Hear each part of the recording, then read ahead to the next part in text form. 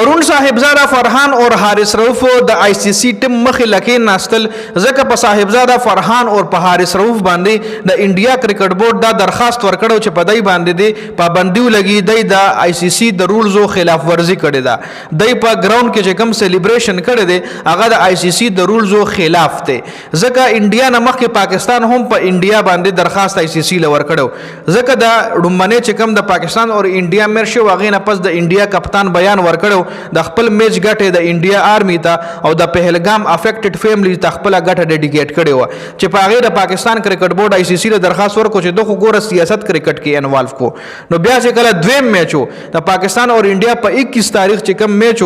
نو پاغه کې بیا حارث رؤف او صاحبزاده فرحان دا سلیبریشن کړو چې په دې باندې انډیا کرکټ بورډ اعتراض وکړو او آی سی سی له درخواست ورکو چې پرون دا دوه کلاډیان بیا آی سی سی ټیم په دوبۍ کې ځان تراغوستو د مخه لکینولو د نه تاسو نه کړی دي خو دې دواړو ولا قرار جواب ورکړی دی دوی ولسته جواب ورکړي ټو نه پیله خو د حارث رؤف دا جواب وګورئ حارث رؤف نه د میچ ریفری چې کوم هغه ته تاسو کو چې تا د چی زیرو دا اشاره کړې د دې څه مطلب دی نو حارث رؤف ورته ویلي د میچ ریفری لا چې دا سیګنل چې کوم ما دا کړی دی په دې باندې انډیا چې کوم ابجیکشن کړی نو تاسو د انډیا نه تاسو کوي حارث رؤف ورته وی چې تاسو د انډیا نه تاسو کوي چې ولې په ما په دې اشاره باندې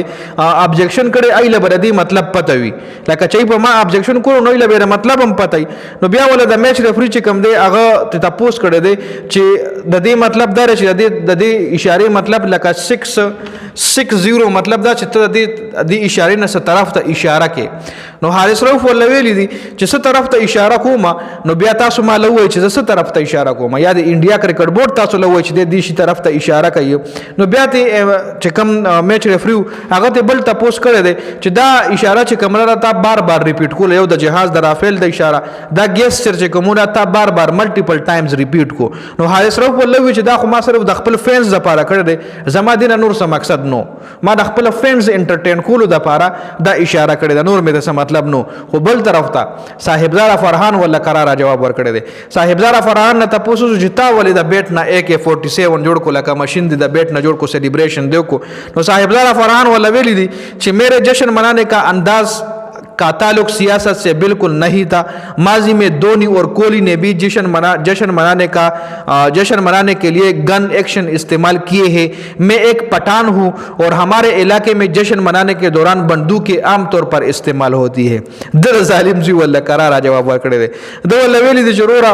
دا گن پوینټ خو دا گن اشاره چې کومه ده لکه دا بیٹ نه ماشین جوړول دا خو دونیم کړی دی دا خو ویرات کوهلی دیم کړی دی نو زما مقصد خدا نو چې لکه زما طرف ته اشاره ده یا زما سیاسی اشاره نه و بلکې دا خو زه پښتون یم او زمونږ په علاقه کې زمونږ چې کوم دور دستور داسې جوړ دی چې مونږ خوشحالي په مونږ راشي نو کې خامخا دا ګن چې کوم دی استعمالیږي کې خامخا بندوق استعمالیږي کې خامخا ټوپک استعمالیږي مونږ خوشحالي هم په دې طریقه باندې کوو صاحبزاده فرحان ولا خپل جواب ورکړی دی خو آی سی سی چې کوم دغه بورډ نو دای آی سی سی دغه ټیم چې کوم دای په دې دواړو باندې د میچ 30% فیس چې کوم دی دغه جرمانه په لګولې ده او ورسره سوریه کمار یادو باندې هم د میچ فیس چې څومره هم دی دغه 30% جرمانه په لګیدل دا مطلب اوس کدا دغه د میچ فیس 2 لک روپۍ نو 15000 دغه جرمانه شو 30% کدا صاحبزاده فرحان 1 لک روپۍ میچ فیس نو 30000 روپۍ به فاین ورکړي ک 2 لک وینو 60000 ورکړي ک 3 لک 90000 فاین به آی سی سی لورکړي